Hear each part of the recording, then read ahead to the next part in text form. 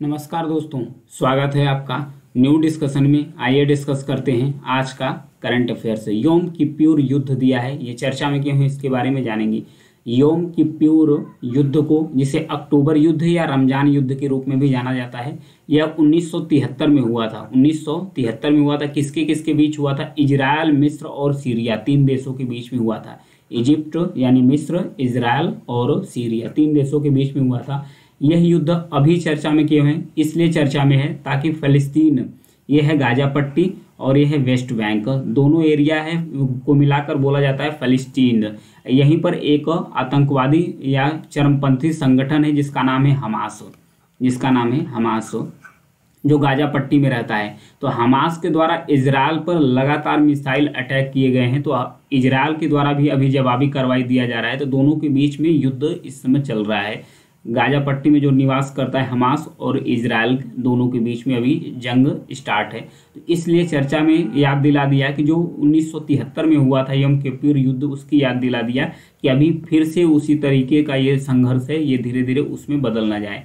क्योंकि जो हमास द्वारा अटैक किया गया है, इससे लगभग सैकड़ों इजरायली नागरिकों की हत्या हो गई है। और उसके बाद जो हमास है उसके द्वारा बहुत सारे जो नागरिक हैं इजराइल के, उसको बंधक बना लिया गया है। तो आइए हमास के बारे में जानते हैं। यह है गाजा पट्टी। गाजा पट्टी में जो फिलिस्तीनी राजनीतिक और उग्रवादी संगठन है हमास, ये गाजा पट्टी पर शासन करता है। और उसके बाद जो वेस्ट बैंक है, यहाँ पर रहता है फतह। ये भी एक राजनीतिक संगठन है जो वेस्ट बैंक यानी फिलिस्तीन के वेस्ट बैंक पर शासन करता है। और फिलिस्तीन के जो गाजा पट्टी पर शासन करता है वो है हमास। तो हमास ज़्यादा चरमपंथी गुट है। हमास चाहता है कि जो इजराइल है और जो गाजा पट्टी, इन सब में जो चरम इस्लामिक ग्रुप है, इस्लामिक ब्रदरहुड है, उसे स्थापित किया जाए, हमास का कहना है। ये जो वेस्ट बैंक में जो फतह रहता है, जो फिलिस्तीन का संगठन एक रहता है, इसका कहना है कि यह अनुरोध और आग्रह के माध्यम से ही फिलिस्तीन को एक स्वतंत्र देश घोषित करना और इजराइल को ये एग्जिस्ट करता है, मान्यता देता है, जबकि हमास द्वारा इजराइल को मान्यता नहीं देता है। तो हमास द्वारा लगातार इजराइल पर अटैक किए जाते हैं और इजराइल इसका रिटेलिएट भी करता रहता है।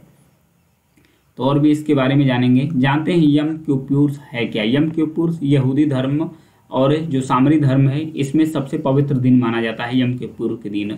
लगभग प्रतिवर्ष तिरछई की 10 तारीख जो सितंबर या अक्टूबर की शुरुआत में ही होते हैं, जो सितंबर या अक्टूबर के शुरुआत में ही होते हैं, उसी दिन को ही मनाया जाता है। यहूदियों में धर्म में जो सबसे पवित्र दिन माना जाता है यम किप्पुर युद्ध, जिसे रमजान युद्ध या अक्टूबर युद्ध के रूप में भी जाना गया था, जो 1973 में हुआ था। 1973 में यानी 1973 में हुआ था। ये चल कब तक रहा था? 6 अक्टूबर से लेकर 25 अक्टूबर तक चला। 25 अक्टूबर तक चला।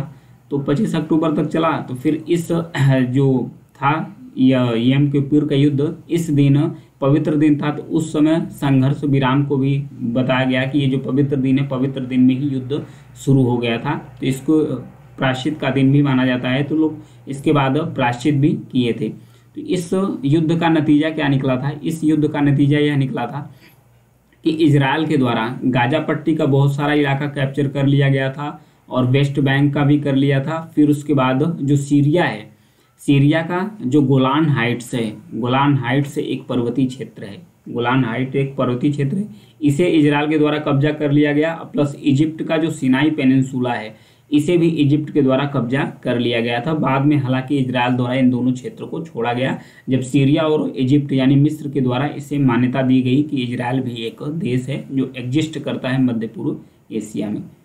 तो आइए इससे संबंधित एक क्वेश्चन है, उसके बारे में देखते हैं। गोलान हाइट्स के नाम से जाने जाने वाले क्षेत्र कभी कभी संबंधित घटनाओं के संदर्भ में समाचारों में आता है।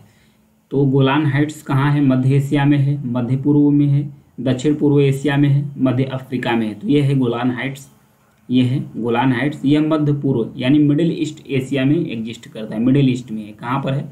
मिडिल ईस्ट में। तो विकल्प कौन सा सही हो जाएगा? बी। विकल्प कौन सा सही होगा? बी। नेक्स्ट, 52वीं जीएसटी परिषद की अभी बैठकें हुई है।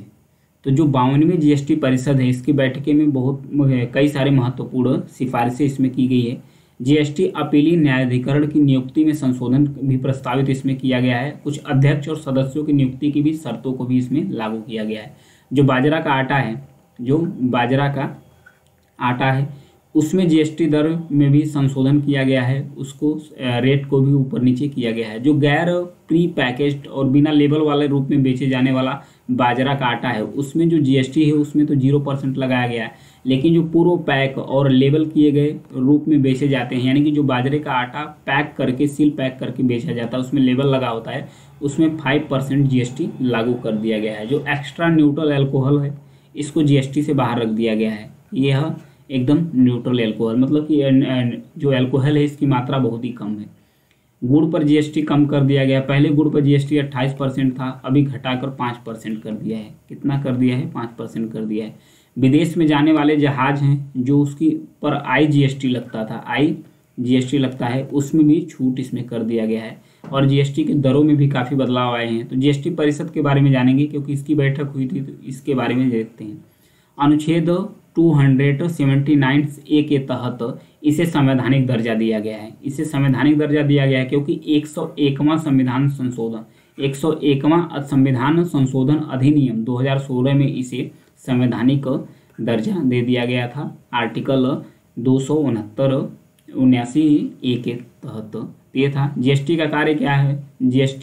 इसका कार्य है जीएसटी परिषद का, जो जीएसटी होती है उसको इम्प्लीमेंट्स करना और जो भी संबंधित इशू है उससे संबंधित सिफारिश को लागू करना। नेक्स्ट बढ़ेंगे। एशियाई जंगली कुत्ता के बारे में दिया है, चर्चा में क्यों है। असम के जो मानस राष्ट्रीय उद्यान है, मानस राष्ट्रीय उद्यान, एक तो क्वेश्चन नहीं हो जाएगा। जो मानस राष्ट्रीय उद्यान है असम में स्थित है। असम के राष्ट्रीय मानस उद्यान में अध्ययन किया गया है, इसमें पाया गया है कि जो एशियाई जंगली कुत्ते हैं जिसे ढोल भी बोला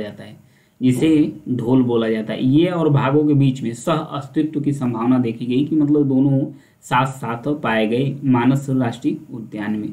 ढोल एक लुप्तप्राय प्रजाति है और भारत के उष्णकटिबंधीय जंगलों में झुंड में रहने वाला एकमात्र कैनिड प्रजाति का कुत्ता है ढोल। ये था। ढोल एशियाई मूल का जंगली कुत्ता है, मतलब कि एशिया में ही मिलते हैं। वहीं जो IUCN यानी International Union for Conservation of Natures ने ढोलों को लुप्तप्राय के रूप में सूचीबद्ध भी किया है। वहाँ केवल 1000 से 2000 वयस्क ढोल निवास करते हैं। तो ये था ढोल के बारे में, कहाँ पाया जाता है उसके बारे में दिया था। केन बेतवा लिंक परियोजना है, चर्चा में क्यों है इसके बारे में जानेंगे। केन बेतवा लिंक परियोजना भारत की एक प्रमुख सिंचाई परियोजना है, ध्यान रखिएगा, भारत की प्रमुख सिंचाई परियोजना है। 6 वर्ष बाद ये अपनी अंतिम वन मंजूरी, यानी कि वन विभाग के द्वारा इसे अंतिम मंजूरी दे दी गई है कि इसे बनाया जाएगा। तो केन बेतवा लिंक परियोजना एक नदी जोड़ो परियोजना है। मध्य प्रदेश की जो रिवर है एक केन नदी है जिसका नाम है केन नदी। केन नदी में जो एक्स्ट्रा पानी होता है, एक्स्ट्रा पानी को एक कैनाल के द्वारा, एक नहर के द्वारा, जो उत्तर प्रदेश की बेतवा नदी है जो अक्सर सूखाग्रस्त रहती है, इसके कैनाल यानी नहर के द्वारा इसको केन नदी को बेतवा नदी से जोड़ा जाएगा। जो केन नदी का एक्स्ट्रा पानी है वो बेतवा नदी में जाएगा। इसका रीजन यही है कि जो उत्तर प्रदेश और मध्य प्रदेश में जो बुंदेलखंड रीजन है, जो सूखाग्रस्त क्षेत्र है, वहाँ पर सिंचाई की उपलब्धता यानी कि पानी को उपलब्धता सुनिश्चित करने के लिए ये जोड़ा जा रहा है। केन नदी को बेतवा नदी में जोड़ा जा रहा है। और केन नदी MP में बहती है और बेतवा रिवर्स उत्तर प्रदेश में बहती है। यहीं पर है केन नदी के पास पन्ना टाइगर रिजर्व, यहीं पर है पन्ना टाइगर रिजर्व, पन्ना जिले में है। केन नदी के तट पर स्थित है पन्ना टाइगर रिजर्व। इस पन्ने टाइगर रिजर्व के अंदर एक बांध बनाया जा रहा है जिसका नाम है दौधन बांध। इस बांध को भी नाम रखिएगा। जो दौधन बांध है पन्ना टाइगर रिजर्व में केन नदी के पास बनाया जा रहा है, ध्यान रखिएगा।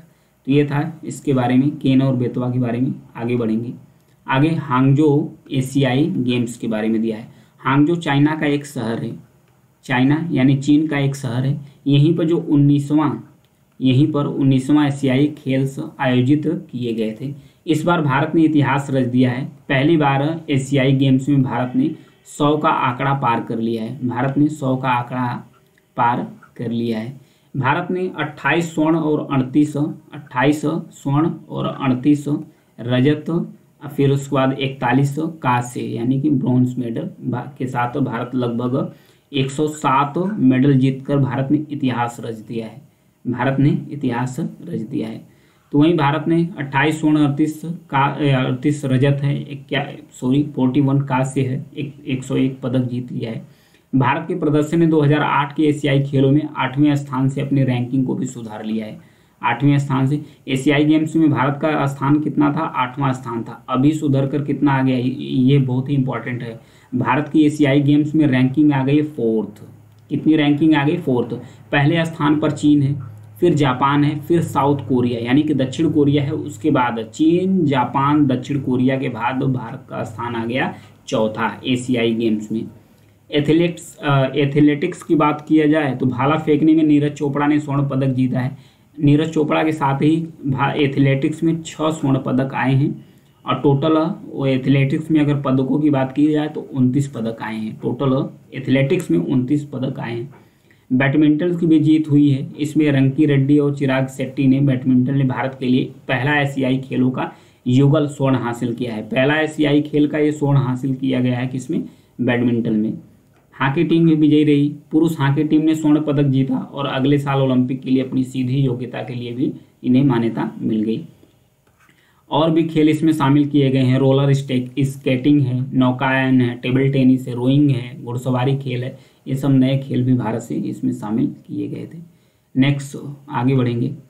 एशियाई खेलों के बारे में अगर जानते हैं तो एशियाई खेल को एशियाड के नाम से भी जाना जाता है। हर 4 साल पर, ध्यान रखिएगा, हर 4 साल पर इसे आयोजित किया जाता है। इसे कॉन्टिनेंटल्स मल्टी गेम्स कहा जाता है, यानी महाद्वीपीय बहुखेल इसे कहा जाता है, जिसमें पूरे एशिया से एथलीट्स इसमें पार्टिसिपेट करते हैं। पहला इसमें कब स्टार्ट किया गया था? 1991। जो पहला एशियाड गेम था ये 1991 में स्टार्ट किया गया था। इसे आयोजित कौन करता था? एशियाई खेल महासंघ के द्वारा, एशियाई गेम्स फेडरेशन महासंघ के द्वारा इसे आयोजित किया जाता है। लेकिन जो एशियाई गेम्स फेडरेशन है इसका 1982 में विघटन हो गया। 1982 यानी 1982 में इसका विघटन हो गया। उसके बाद जो इसका आयोजन किया जाता है एशिया ओलंपिक परिषद द्वारा इसका आयोजन किया जाता है फिलहाल वर्तमान में। यह विश्व स्तर पर दूसरा सबसे बड़ा मल्टी गेम्स है विश्व स्तर पर, यानी कि जो ओलंपिक है उसके बाद विश्व स्तर पर इसे दूसरा सबसे बड़ा मल्टी गेम्स माना जाता है जो एशियाड है। इजरायल को इस खेल में शामिल नहीं किया गया है। क्यों नहीं किया गया है? सुरक्षा कारणों से नहीं किया गया था।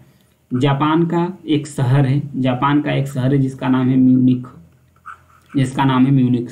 वहाँ पर ओलंपिक हो रहा था 1972 में, यानी 1972 में ओलंपिक खेल हो रहा था। तो उसमें पार्टिसिपेट किए थे 11 खिलाड़ी थे, किसके? इजरायल के।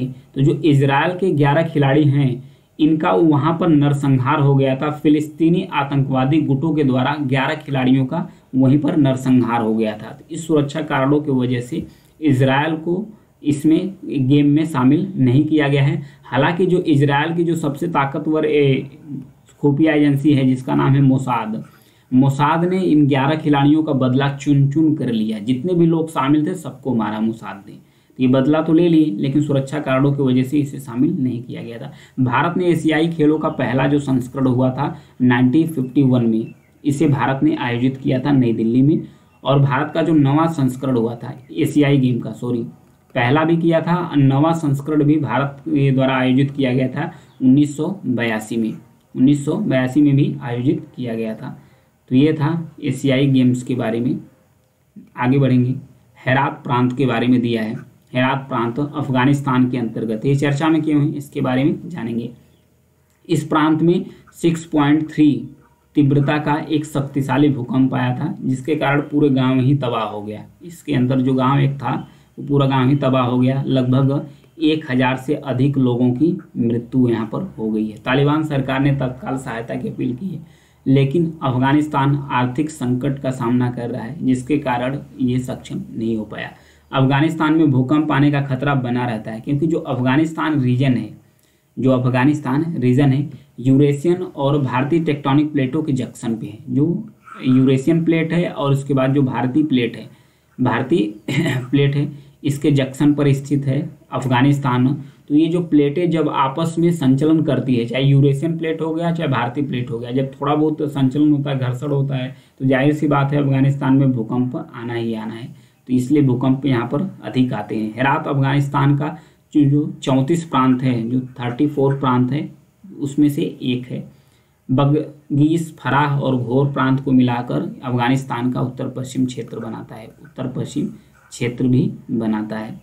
यह प्राथमिक शहर भी है और प्रशासनिक राजधानी हेरात शहर भी है। हेरात को याद रखिएगा, अफगानिस्तान में है। आज के लिए इतना ही है। अगर मेरी न्यूज़ या जानकारी आपको पसंद आती है तो चैनल को सब्सक्राइब कीजिएगा, लाइक और शेयर भी करते रहिए। Thank you.